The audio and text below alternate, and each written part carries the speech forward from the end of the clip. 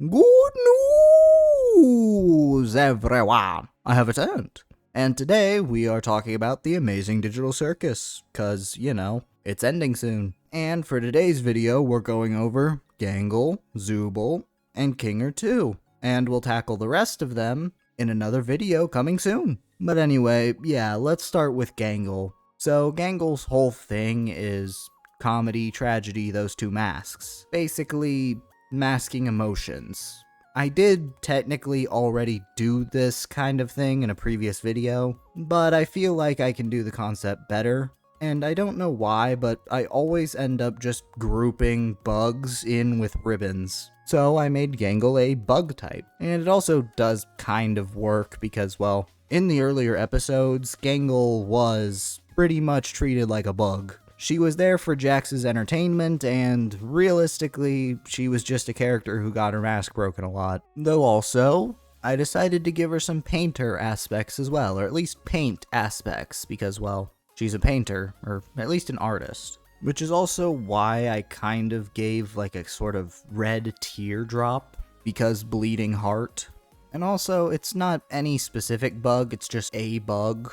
I mean, the closest you could probably get for the first form would be some kind of beetle, and then the second would be probably some kind of wasp. Which, I mean, does kind of make sense. Paper wasps do exist. You know what? No, I'm retconning it. It's a paper wasp now. Paper wasp, because that also fits her drawing thing and her ribbon thing. See, I don't think them out a lot, but they sometimes make sense. Just, I guess, ignore the first form being a beetle. Well, no, it can still be a beetle. Yeah, beetle into a paper wasp. Because why not? We have a fish that turns into an octopus. This is not that weird. Then, on to Gangle's BFF and potentially more, Zooble.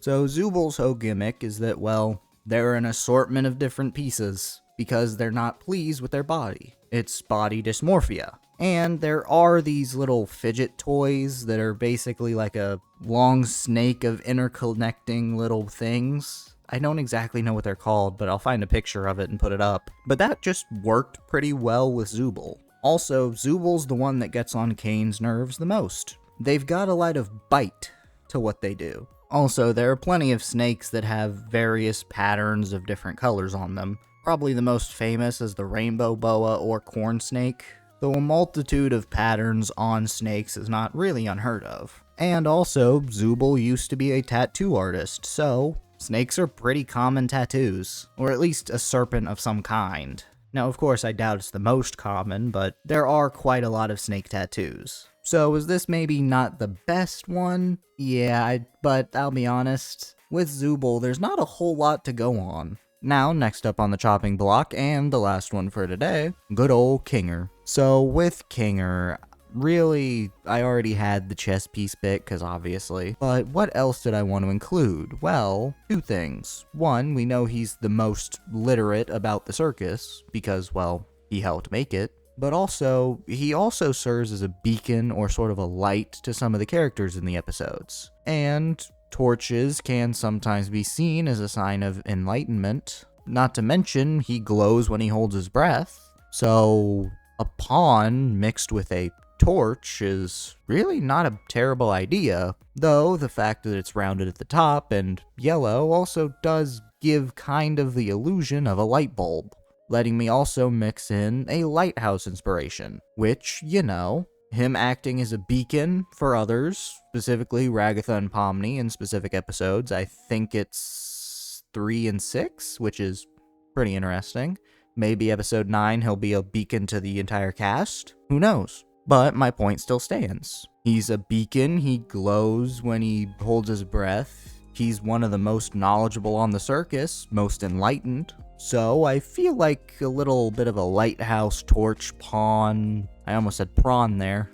Not what I'm doing with this. There is a prawn coming up in the future, but not in this, not right now. But also, for Kinger's design, with the arms on the evolved form, I also kind of wanted to reference coding, because that's what he is. He codes. So his arms are a 1 and a 0. Sure, maybe it's a little on the nose, but I mean, what else was I gonna do? Though as for the typing, I really struggled for a bit. I know I didn't really specifically talk about typings too much with the previous ones, but I will with this one because I like this design a lot, and this is one of the ones I put a decent amount of thought in. My original thought was like electric, but I eventually decided against that because the whole enlightenment aspect, as well as like light being somewhat interpreted with psychic because necrozma. So a psychic type, but also what else? Well, honestly, I think just pure psychic, really. I don't think it needs a secondary type. Sure, maybe it's a little underwhelming, but psychic is psychic. It works. Anyway, this is Jay, signing away, forever and always. Bye-bye.